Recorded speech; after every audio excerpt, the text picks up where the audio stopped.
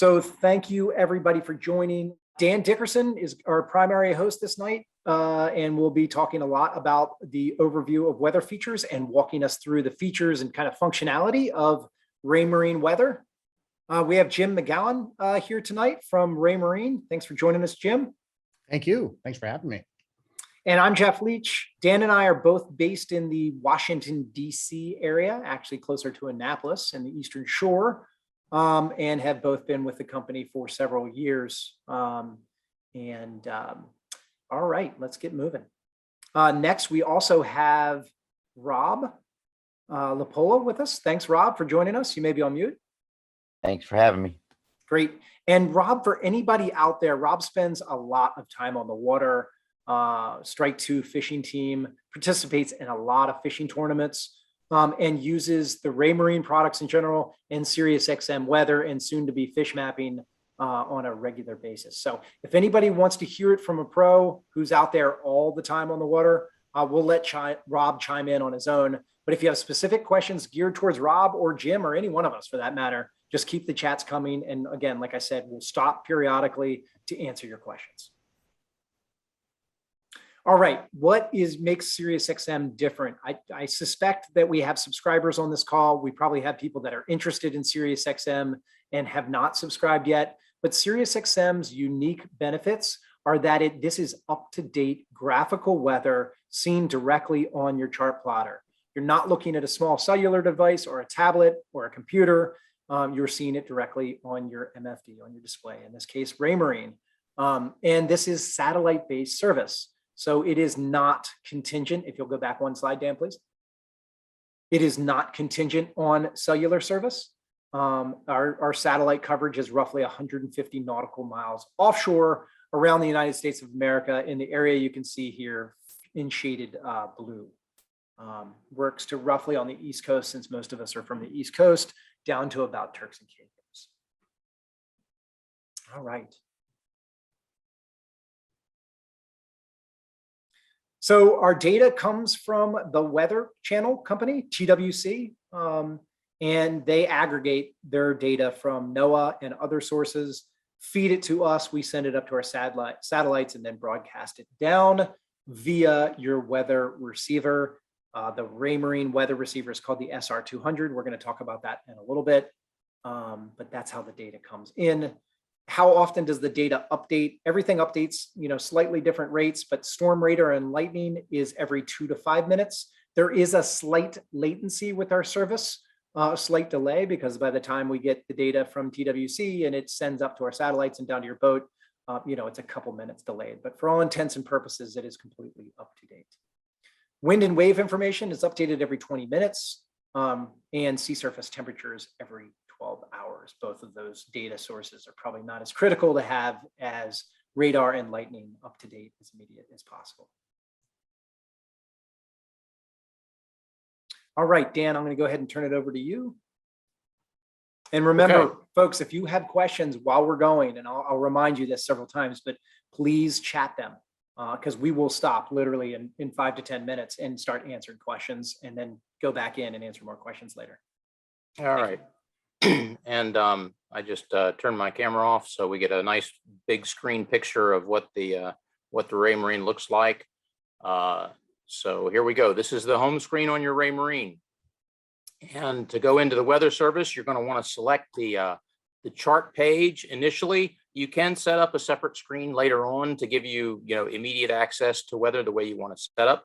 But just from the normal settings going from the start, if you select the chart screen and then select the menu in the upper right-hand corner, typically what you're going to get, if you haven't subscribed to service yet or haven't started using it, you're going to see this menu come up with the detailed charts, or perhaps there's a simple chart button you can see here. This is when you click on this mode button area here, it brings up another pop-up window. So what we're going to do this evening is we're going to go to the weather button and look at the weather elements specifically. So you hit that button and then hit the menu again. And now we have an option for weather layers. And down at the bottom, we have a settings button. We're going to go into settings for just a minute and show you what we've got there. The first screen that comes up is going to be your cartography screen, but there's a weather tab. If you tap that, it's going to bring up this screen that shows you a little bit of the weather information and some of the settings you can change. And I'll talk more about those settings later in the webinar. The next button says subscription, and that's new for the Raymarine Lighthouse 4. And when we select the subscription button, what we get is an actual display showing the individual weather elements and the timestamps. So you can see exactly how old that information is when it came in. As Geoff mentioned, things update at different rates. You can see right here, the cloud tops when we took this shot were 25 minutes old, and the lightning information had just come in. So it's 0 minutes old. So you can see the information. The next important thing about this screen is your receiver ESN number. That's the, basically it's like the phone number that SiriusXM talks to your receiver with. That's the number that you have to give us to call to subscribe to service. And then next we have the signal strength. We can see when this was taken, we were getting maximum signal, which is 3 bars. And then lastly, we can see that we're subscribed. So this is kind of a good diagnostic screen to go to if you're unsure about your service. And we also, when you're setting up a new service, we suggest that you pull your radio ID, your receiver ESN number from this screen to give it to us to subscribe. Because if it's showing up on this screen, then we know that it's connected properly and you've got signal and it's working. It will say unsubscribed. And then once we've sent the signal to it, it will change to say subscribed, and you'll see the data elements start to come in. You may not see it say subscribed right away, just so you know. The data elements may start to come in first because of the way the data is queued up. But this is a great diagnostic screen if you're unsure about any of the weather products, you think they may be old, or if you think it's not working, you can see your signal strength here. Just a wonderful screen to be able to get to check your service very quickly. To get out of the screen, all we need to do is hit the X box in the upper right-hand corner, and that's going to take us back to our chart screen. Now we're going to start to get into the actual weather layers. Again, you select the menu and select weather layers. And here we're starting to see all of our weather layer choices. So the first one we're going to turn on is weather radar. And now you can see the radar image is on screen. We're going to take that to the large screen. Here's a wonderful example of the weather radar. You can see new, we now have a legend that you can turn off or on to show you what the different colors mean for the radar image. And another thing I'd like to point out here is the way the image looks. For instance, in this area where I've placed this blue arrow, the landmass underneath is rather hard to see. And if you were zoomed in close and in the middle of a storm and trying to navigate a channel, this overlay can block the charts and make them difficult to see without turning off the image completely. So Raymarine has changed that so that you can adjust this feature. We have what we call a visibility setting, and you can go in and change the visibility setting. You see, I've dialed it back to 40% here. So we'll go back and forth from 70 to 40, and you can see how that image changes. And now you can see that landmass underneath much more easily. So it changes the intensity of the image, changes, some people refer to it as opacity or transparency or visibility. That allows you to dial that image back so you can see the data and see the chart information underneath. So we're very excited about that new feature.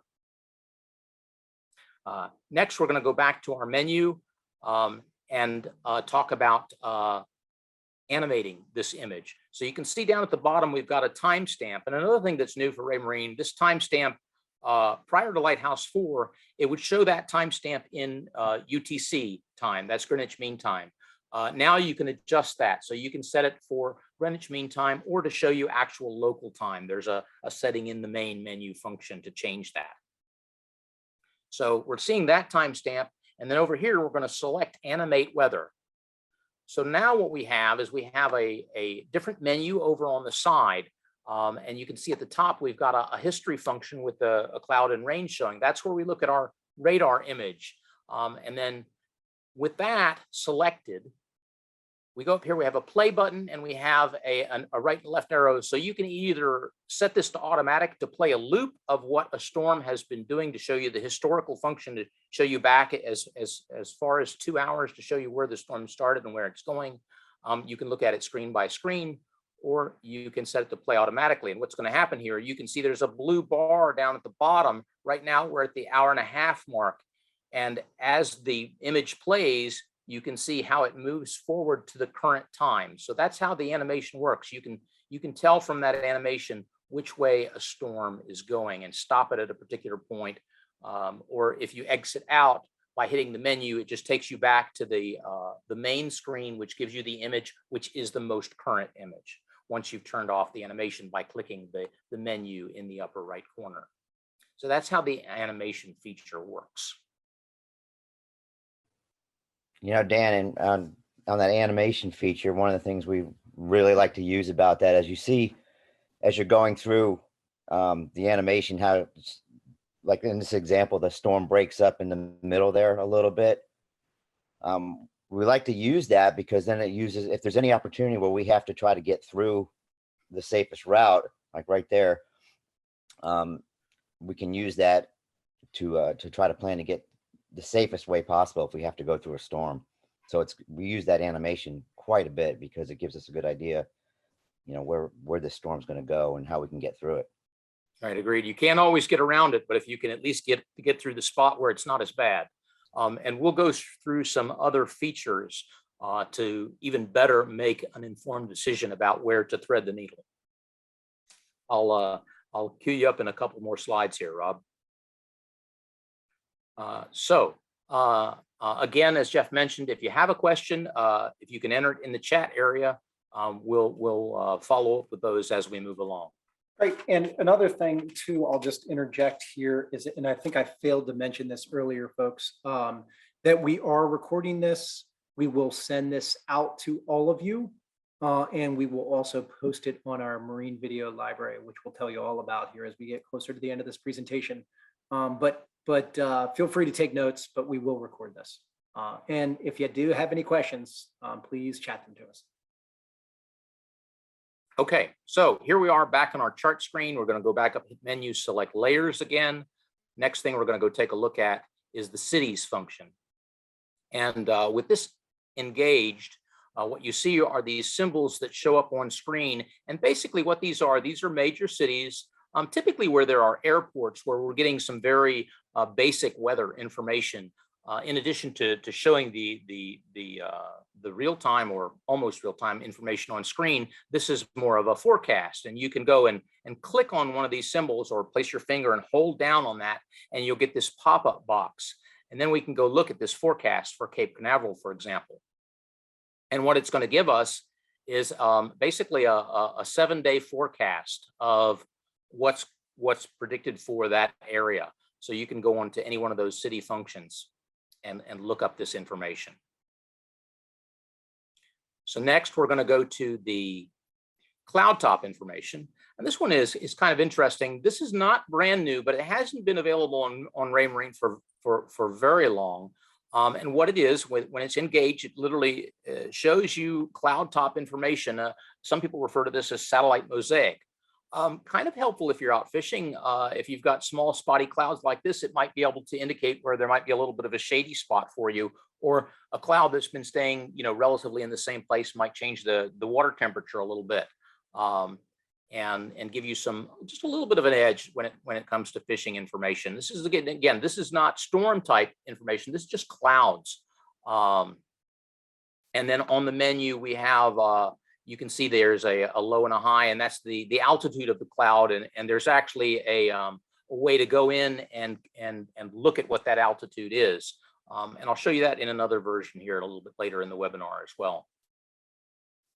So next we're going to go to the lightning function. And this one, a lot of our users always mention. Geoff and I get out to a lot of the shows, talk to a lot of people. And this one is one of the features that they use the most. Being able to see where lightning strikes are occurring, be it inland. You see, I've got a picture here that was taken on Lake Michigan, or offshore, or in the Keys, or anywhere you're going to be going where there's potential lightning. And Raymarine does a very good job at presenting this information. You'll see the lightning strikes are different colors. The brightest yellow is a strike that just occurred, and again, we update this information every 2.5 minutes. The darker yellow means that it's a couple minutes old, and then the darker still even older. Basically, after 15 minutes, the symbol goes away completely. So we're seeing right now this lightning, when this was taken, occurred all within 15 minutes of each other. So you can see it's not all multiple strikes all at one time, but different areas, different times. And then what we can do is overlay the radar image on top of this. Now you get a much better picture of what's going on. You can see where all that convection is happening that is creating lightning. And again, as Rob mentioned, if you're trying to stay out of the worst part of a storm, this is another thing that you want to watch, is that lightning, because that is where the convective activity is happening. That's where the worst part of the storm is.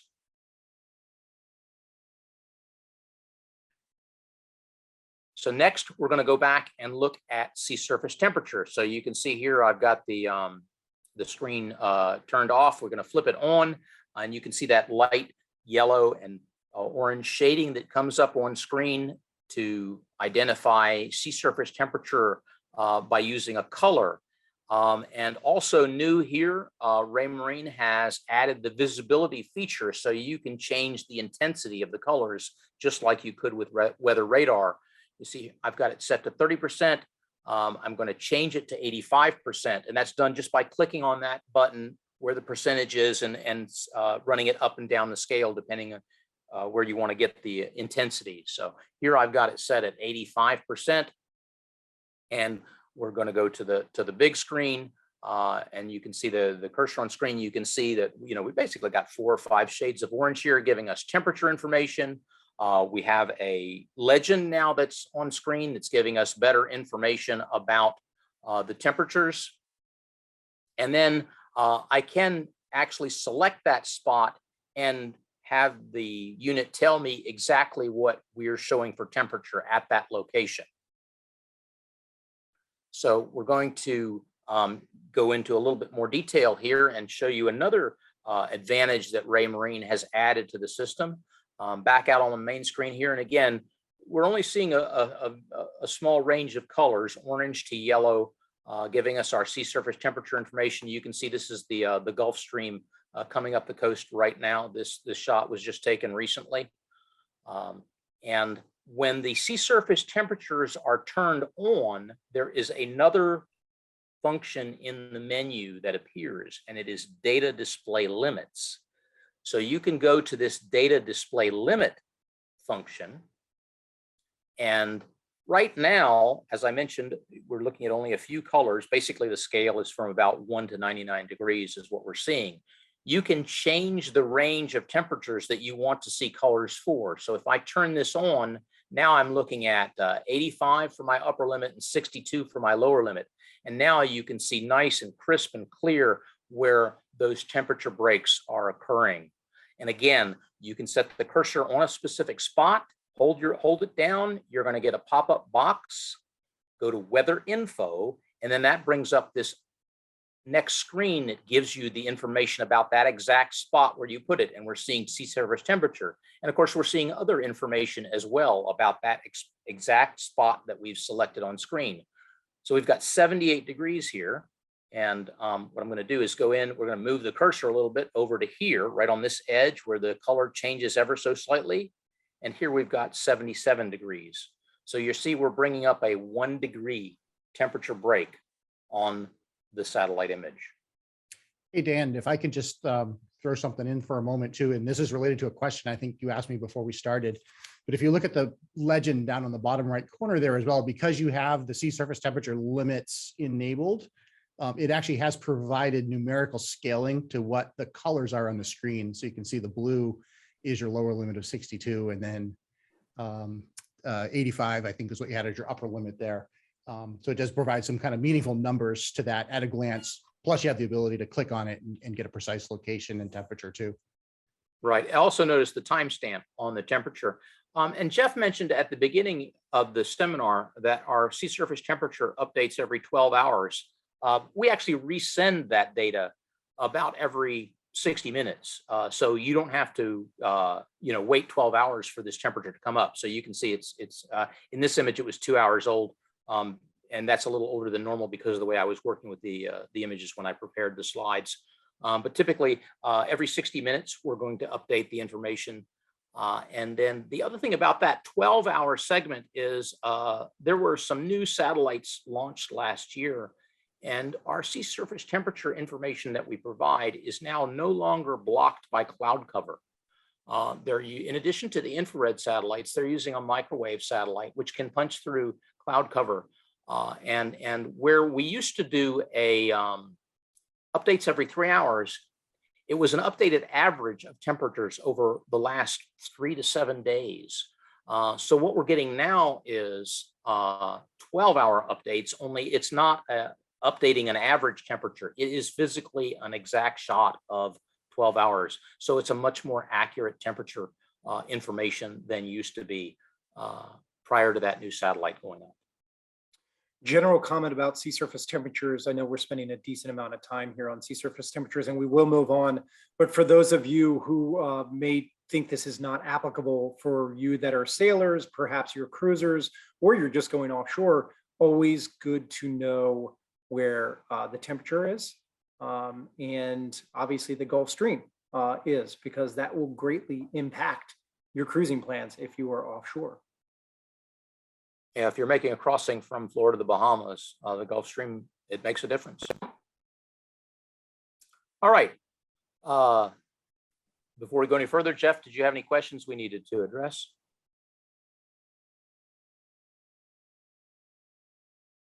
Rob, you're being kind of quiet back there too. I take it you do use sea surface temperatures? Oh yeah, we use them a lot as far as we use it a lot more when we're trying to find our fishing grounds, as far as trying to find where ideal temperatures for the species that we're going for. We look for those temperature breaks for possible bait and weeds and stuff like that. Right. That's what I normally say is, when you're leaving the inlet, we all have about 4 spots in mind we might go to. That's one of the screens I'm going to look at to help me decide which of those 4 spots I'm going to go to on a particular day. Absolutely. All right. Next, we're going to go back to our weather layers and take a look at Stormcast, which is something that I alerted to earlier. With Stormcast turned on, and before I turn it on, I just wanted to point out there's a drop down here. We're going to move this menu up to the top and show the rest of the features as we move along. With Stormcast turned on, you can see these arrows that come up on screen. And what this is when you're looking at a larger storm, there are individual cells within that large storm that may or may not be moving the same direction. And NOAA identifies these individual cells, and you can actually go in and again, hold your finger on it, get this pop-up window and go down to the Stormcast data here at the bottom and select that. And now what we're seeing is each cell, NOAA assigns a alphanumeric to each cell, and they give us lots of key pieces of information under Stormcast. I mentioned tops of clouds earlier. This cell that I highlighted is at 4,400 feet. The higher the top, the more severe the storm is going to be in that vicinity. And then we're looking at what direction it's moving, how fast it's going, and other information about the storm is all part of that Stormcast information. So really, useful tools to have to stay safe.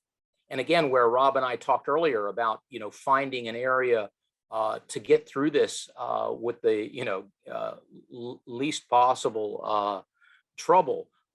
Right here, for example, we see this cell is moving this direction and this cell is moving a slightly different direction.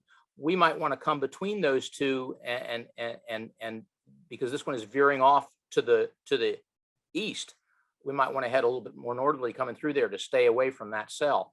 That's how you use that information. And again, the lightning information is here as well. So we can see these are older strikes. We might want to come into this area as opposed to coming in behind it and then running into this wall of lightning that just occurred right here. Yeah, and that's a good point right there, because you know, the average, if you're out on the water, and you're usually, when you see a storm, you're following it by which way the wind's going. The wind's blowing to the west, you think the storms are going to go west. When you see a cell like that, you know, it's going to save you, because you might be assuming that it's going to go one way and it's actually going a different way. Right. So here, you know, like I said, we've got a spot here, or maybe we might want to thread the needle right here where there's, you know, a little bit of lightning, not as much lightning occurring. And we've got some concentrated cells down here. We've got some concentrated cells here. So there's almost you know, again, there's a break there you might want to try and run through if you needed to get over to the west. So that also, this is a, you know, a prime example of layering your information to give you the most detail at one time. So next, we're going to go to the storm track information. Now, a lot of times Stormcast and storm tracks get confused. Storm tracks is just hurricanes or tropical storms. That's what the storm track information is. So we're going to give you, it's like what you see on the weather service. We're going to give you a hurricane symbol, and then you can click on that symbol and see that's going to show you like where it's going to be tomorrow or the next day or the next day. That's what the storm track information again. And again, that only applies to tropical storms and hurricanes. I had to fudge this image a little bit for you because I don't have any hurricanes, you know, happening right now that I could use good data from. So that's why we're looking at this image the way it is. But that's the storm track information. Next, we go to surface pressure. So with surface pressure on, what we're seeing are your barometric pressure. Here it's shown in millibars, and you can set it to show in millibars or inches of mercury. And we're seeing storm front information. You're seeing where there's any low pressure areas, any high pressure areas. Yeah, looking at the current information, not typically as helpful as it would be to look at the forecast for surface pressure, and we'll come to that just here in a minute in the webinar. Next, we're going to drop down to surface observation stations. And what this is, with this turned on, you can see these little symbols appearing. These are buoys that have sensors on board that are monitored by NOAA. And we are able to get that information from NOAA and pass it along to you. So again, what you do is hold on the buoy in the area and ask for the weather info. And then on the weather info page, if you're close to a buoy, like we were there, you're going to see the station data, and you can select station data, and it gives you the buoy number and some information about what's being broadcast from that buoy. But there's even a more detailed section you can go to. And depending on which sensors are on board and which sensors are live, it can give you a multitude of information about the buoys that are out there. So that's the surface observation stations. There are also some on land that give out information as well. There are some tidal stations and things such as that. Next, we're going to go to the wind layers. You can see here I've turned on the wind feature, and we're seeing what I call traditional wind barbs on screen. For those of you that aren't familiar with using wind barbs, this is a way that the wind direction and speed is shown. So I've got my little guy up here showing us the wind direction for this symbol right here. That is 10 knots out of the southwest, and that's out of. That means the wind is coming from the southwest going to the northeast. And we can see another example over here. Winds are out of the west at 20 knots. And another example over here, winds out of the south at 25 knots. So you can see how that wind information is displayed on screen. Now, in addition to the wind barbs, you can go back to that main weather section that I mentioned at the beginning of the seminar and choose from the settings, choose weather. And you can see here our wind symbol is barbs. We can change that symbol to select arrows instead. And now you can see how arrows are on screen. So it's giving you the wind direction in an arrow, which some people prefer. It's more of a visible way of seeing it. However, it's a little bit more difficult to make out the speed. I've highlighted two arrows here, and you can see one is slightly bolder than the other, indicating that the wind is blowing faster here than here, but not quite as easily detectable as when you're looking at the wind barb information. While we're on this screen, we're going to mention watch box alerts. You can see I have watch box alerts turned on. There's none showing up in the area, but I will show you in a moment. There's also a watch box range, so you can set it so you'll only get alerts when it's close to where the vessel is. So with the watch box turned on, and again, you turn it on here as well. So with it turned on, and now on the previous page, we had the range set up and the feature set up. This is what a watch box looks like. Basically, when there is a severe weather event occurring in a specific area, NOAA broadcasts some type of trapezoid shape like you see here in red, and then you can click on that and select the watch box data, and it's going to give you a detailed information. Here we've got a tornado warning for that area. Several pages of information are going to be displayed for you about what's going on in that area. So that's your watch box information.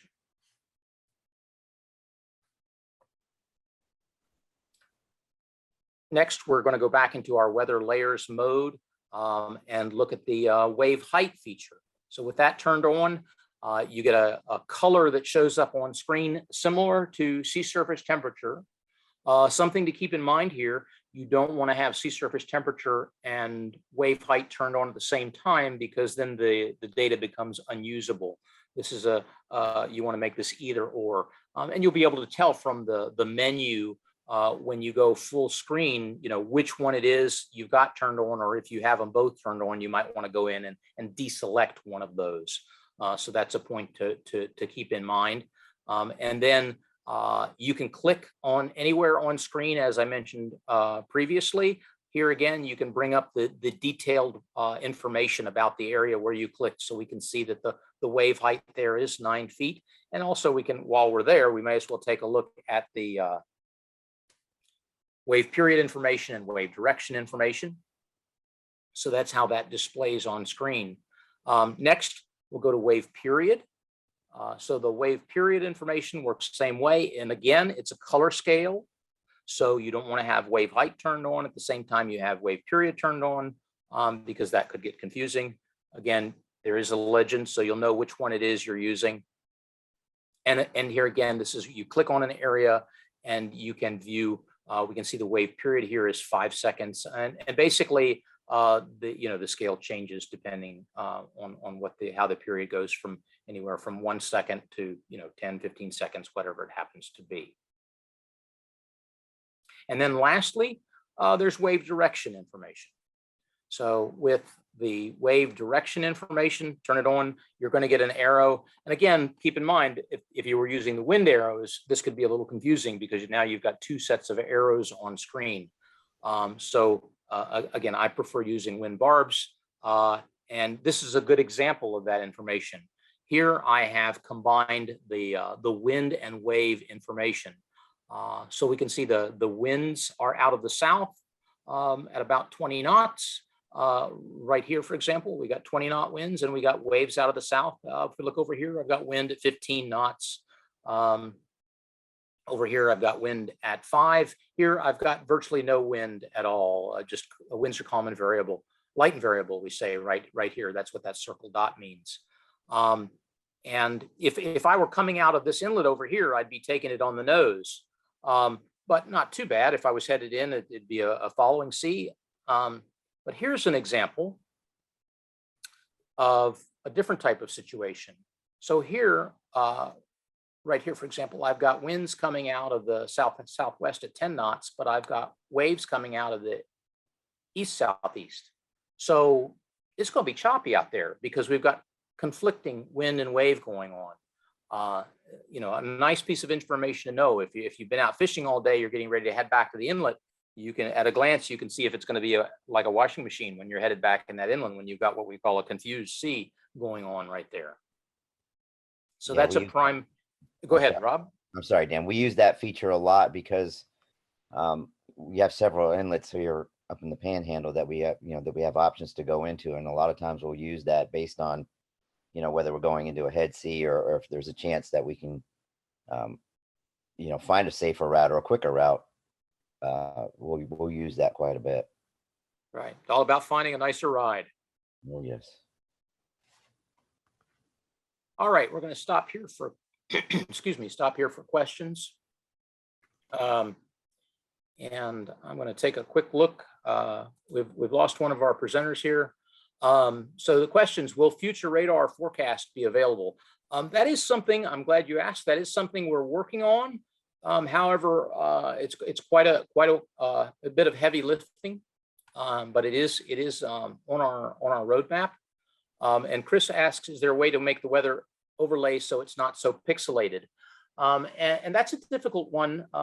We are working on improving the pixelation. However, unfortunately, because you're getting this satellite signal from an antenna that's only 3 inches in diameter, we have to reduce the resolution that is available. It's not like looking at it on your phone or your internet. The internet is a wide open pipeline where you can send a lot of data, extremely very high resolution detailed data. We can't do that for you. So the image is a little bit pixelated. However, there's a lot that can be done with software these days. And I know that Raymarine is working on reducing that pixelation. So yes, I was going to add to that, Dan. Yeah, I'm going to let you chime in here because that's your sure, yeah, that's your yeah. So as some of you have seen through the presentation, I actually saw a comment further down about, wow, there's a lot of new stuff in here from Lighthouse 4. And one of the things that was on our wish list for Lighthouse 4 was actually to improve that. We were going to do some smoothing on the weather radar and the sea surface temperature overlays. And honestly, what happened is there were so many things that we did that we just didn't have the bandwidth to get that done for Lighthouse 4. But that is scheduled for the next Lighthouse 4 update. So when 4.1 rolls out a little bit later in the spring, early summer, watch for that feature to be in there. All right. Thanks for that update, Jim.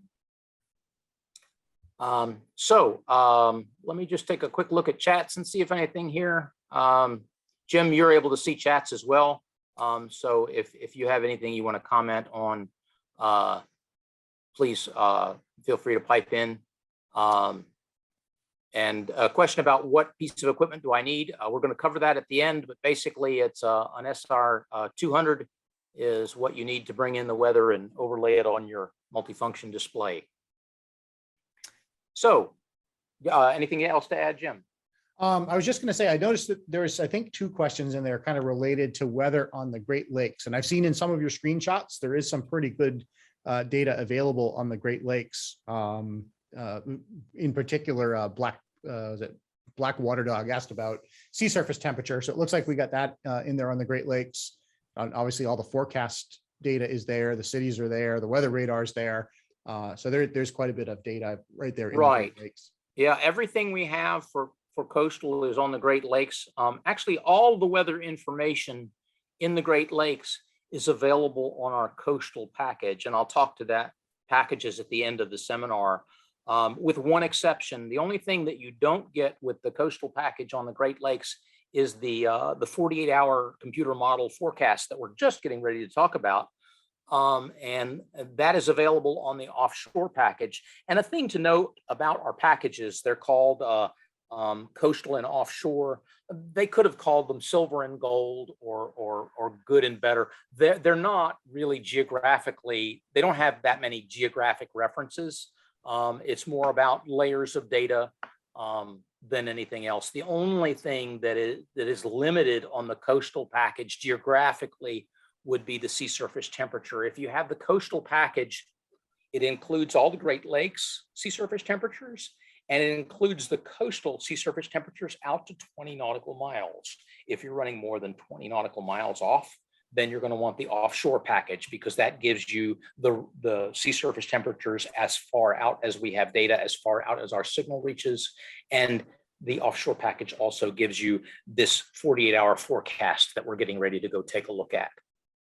So we talked about the animation function and the historical animation function that you can get out of looking at a storm movement. When we start talking about animation with these features, what we're looking at is into the future. So we have surface pressure, wind, wave, height, period, and direction that we all give forecasts for. And this is in addition to, excuse me, forecasts that the Weather Service is providing. This is forecast information that is provided to us by the folks at the Weather Channel. It's a custom marine forecast that their meteorologists have put together for us. So the way you get to those is you go to your menu and you select Animate Weather. And then you're going to get this screen that pops up on the side. And in this instance, I've selected the wind forecast. And so what we're seeing again, we have the play button at the top. And if I hit that button, then we're going to see the green bar down at the bottom start to appear right where it says 8 a.m. And what we can see is what the forecast is for the next several hours. And at first it starts off going in 3-hour increments, and then it jumps to 6-hour increments. And if you'll notice on screen, what we're seeing right here at the bottom, the winds are out of the, excuse me, out of the west. I'm sorry, got it wrong, out of the east at 10 knots. And as we progress through the day and look into tomorrow, I had it wrong again. There we go. They were out of the west at first. I was just on my wrong slide image. I apologize. They started out being out of the west, and now later, within 12 hours from now, they're going to be out of the east. So the wind is doing a 180-degree shift in the next 12 hours. Again, if you're out there fishing all day, you ran out in the morning, you want to see what it's going to look like coming back in the evening. This is a nice feature to be able to go and look at that advanced forecast. So with the coastal package, we give you the current forecast, and we will show you just 3 hours out. So those 2 click marks, I'm running back and forth right now. We're showing you basically 3 hours out. And then with the offshore forecast, we run it all the way out to 48 hours. So next here, I've selected the wave height forecast, so we can see how it runs through the wave height forecast over the next 48 hours. You can see you might not want to be out on the West Coast 48 hours from now. It's going to get a little nasty out there offshore. And here's an example of the period forecast information. And then lastly, we'll go to the barometric pressure. And now pressure, this one is a little bit more useful because, again, if you're following a low pressure system, if there's bad weather, that's going to track along with that low pressure area. So it's kind of nice to be able to see how those fronts are moving and follow those low pressures. Some fishermen will also use barometric pressure as it relates to bite activity. Rob, I don't know if you're one of those guys or not. I've never had much luck using the pressure as a bite indicator, but I know some people have. Yeah, we use it, believe it or not. Okay, well, you fish more than I do, so that's good. Good to know. Good to confirm. Yeah, we definitely keep track of that. So those are the animation features that you get out of the service. And then next, we're going to talk about marine zones and marine zone boundaries. So going back to the main setting page, we can turn on these marine zones, and you can see these lines that come up on screen. And basically, the Weather Service has carved up all of the areas along the coast, and there is a different weather forecast for each one of these areas. So you can either select where you are, or you can go in and select an area where you're planning to go and see what the forecast is for that area. Again, by holding on screen and then selecting reports, and it's going to give you this forecast. And what this is that lovely garbled computer voice that you listen to on the VHF radio.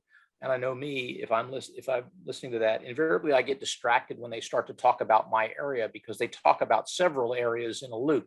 And if I miss it, then I've got to wait 20 minutes for them to come back around to my area. It's much easier to be able to point to an area on screen and read that forecast. So I like this marine zone forecast quite a bit. I will caution our users, we've had a little difficulty with the server from the government that this information comes from recently. So if you're seeing that this field is blank on your units, it's probably not a problem with your unit. It's a little issue we have right now with the where the information is coming from. So just sit tight if you're not seeing it. It should fix itself. We might have to do some software updates. We're not quite sure yet if we would have to, change servers or make a change or something. It might require a software update. Right now, we're fairly confident that this is going to be fixed in the very near future if you happen not to be seeing this and needing it right now. All right. Jim, did you spot any questions there that we need to address?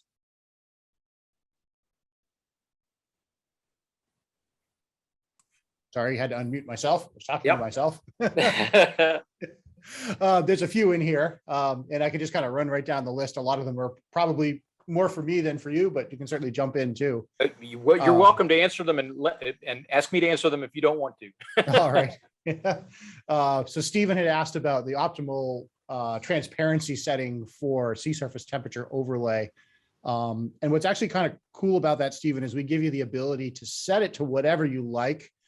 I wouldn't say that there's really any optimal level for that, but what you can do by blending the transparency level is it allows you to see the temperature data and then also see the chart information underneath. So if there happens to be a contour curve or spot sounding or something on the chart of interest, by blending it like that, you can see through it. Kind of depending, I guess, on the intensity of the temperature and what other layers are turned on. The value could vary as to what will look best, but you do have free control over it there to do whatever you like in terms of intensity of color. And if you want to hang around for a few minutes at the end of the seminar, Jim, I can turn the screen over to you once I've completed the seminar. And if you can go on screen, if you want to, show how that works. It was difficult for me to show that adjustment feature. We can do that. Unit hooked up. I can bring some things. Yeah, up. we're almost at the end of the seminar. For those of you that are wondering how long I'm going to ramble on here. So we've covered all the layers that are in the menu. Jim, any other questions we need to touch on? Just a couple of other quickies. One that was hardware related. Someone with an older A series unit was interested in SiriusXM hardware. So for an A series, you can also use an SR200, which is the receiver we're selling currently. And I think at the end of this, you're probably going to tell us about the great deal that is available on the SR200 as well. So I'll save the drama there. Hopefully I didn't spoil it.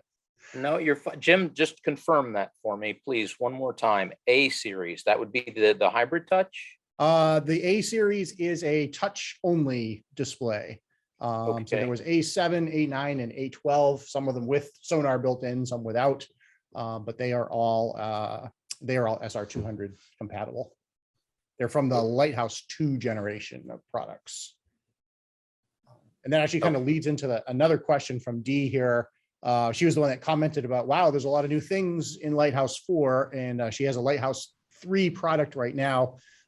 Dee, if you have one of our Axiom series MFDs, you can upgrade that right now to Lighthouse 4. You can do it right through the onboard Wi-Fi in Axiom, connect it to the internet and download the update directly, or you can get it on raymarine.com. If you pop onto our YouTube channel right now, I actually put a video up this afternoon that shows you step-by-step how to do that upgrade. Okay, and for those of you, that we're mentioning things that you can do, again, this seminar will be recorded. You will all receive an email with a link to the seminar. It takes about 2 days for us to process it. So you'll be able to go back, if we gave out a website or something and you wanted to be able to get back to that website, you'll be able to check out that recording. Great. A couple more quick questions, I think here. These are from Pete. First, he asked if wave height had a legend that correlates the color to an actual height in feet. The legend that we added in Lighthouse 4 is new, and for wave height, it doesn't correlate a height in the legend itself, but if you long press anywhere on the chart and select weather info, then you can actually see the actual wave height at the location that you touched. And then he also asked about converting from an SR150 to an SR200. If you move up to the SR200, and I see you have an Axiom display, you can also subscribe to the SiriusXM fish mapping service, which is something else that is new that came out with Lighthouse 4. So that is the very fishing centric data. So for that, you would need to have an SR200 receiver. And I think there's a webinar next Thursday at this time all about fish mapping. Okay, I think that was it for the questions in the queue. perfect. All right, so talking about the hardware a little bit. As Jim just alluded to, the SR200 is this new white box. It replaces the old gray SR150. And this unit does ship complete with the antenna. Everything that you need is in the box to plug it into your system to make it start working. The list price on the SR200 is $449. And currently there are $175 in rebates in market. There's a $100 that SiriusXM sends back to you after you've subscribed, and running until May 30th of this year, there is an additional $75 bonus rebate available from from Raymarine. I'm sorry, Jim, on the SR200. That is one of your dealers. Yep. Anyhow, and if you need to learn more about those rebates, you can go to SiriusXM.com/marine rebate. For our webinar viewers, we are also offering a 2-month trial of the coastal package, complete with audio included as well. And to get more information on that, you can go to SiriusXM.com/marine offers. As we've mentioned, we will be offering a webinar next Thursday in conjunction with Raymarine on the 21st. And you can sign up for that webinar. We do always like to give a shout out to our audio service. The SR200 not only can receive SiriusXM Weather, but it can also receive SiriusXM audio. You don't even need a stereo on your boat. You just need the SR200 and an amp and speakers. You can go right out of this audio port on the SR200 into the amp. And this is the audio page you will find on your Raymarine, and you can adjust volume and change channels all right from your MFD. And Jim, you may want to, you can also pair it to stereo and get control of your stereo on the screen, I believe. You can too. Yeah, we have integration with Fusion, Rockford Fosgate, JL Audio. So all the major players, we can play with them too. Right, just gives you another access point to be able to control your SiriusXM music. Here are the packages that I alluded to earlier. The coastal package is $34.99 a month. Offshore is at $59.99, and the new fish mapping service is $99. And as I mentioned, coastal gives you all the current weather information for our entire coverage area.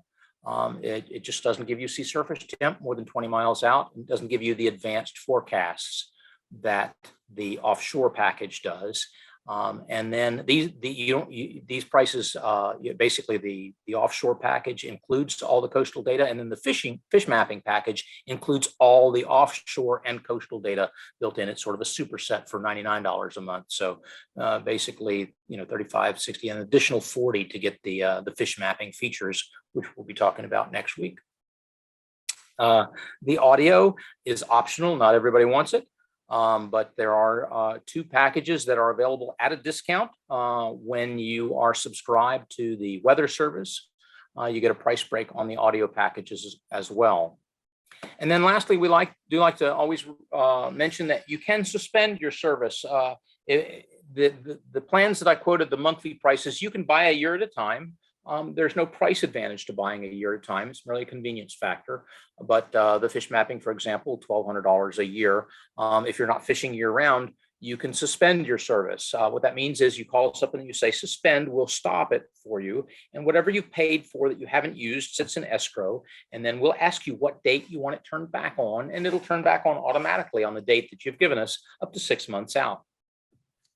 So you're allowed to stop and start your service. For example, if you're a seasonal boater and putting the boat on the hard in the winter or going in for maintenance or something like that, you don't have to pay for service when you're not using it. And there's no reactivation fee.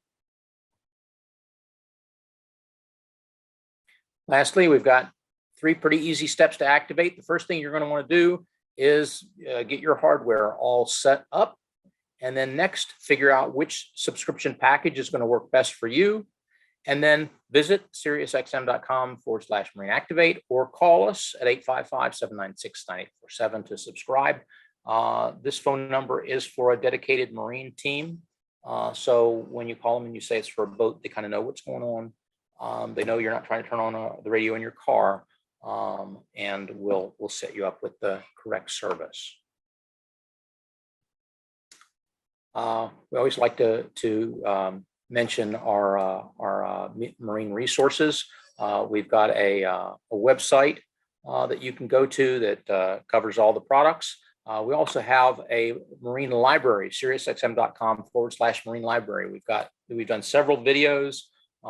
You'll be able to find this webinar in this library, or individual element windows, like you just wanted to see how the sea surface temperature works. There'll be a how-to video for just sea surface temperature up on this website to be able to go look at to figure that out. And then lastly, we have a YouTube channel with other videos as well.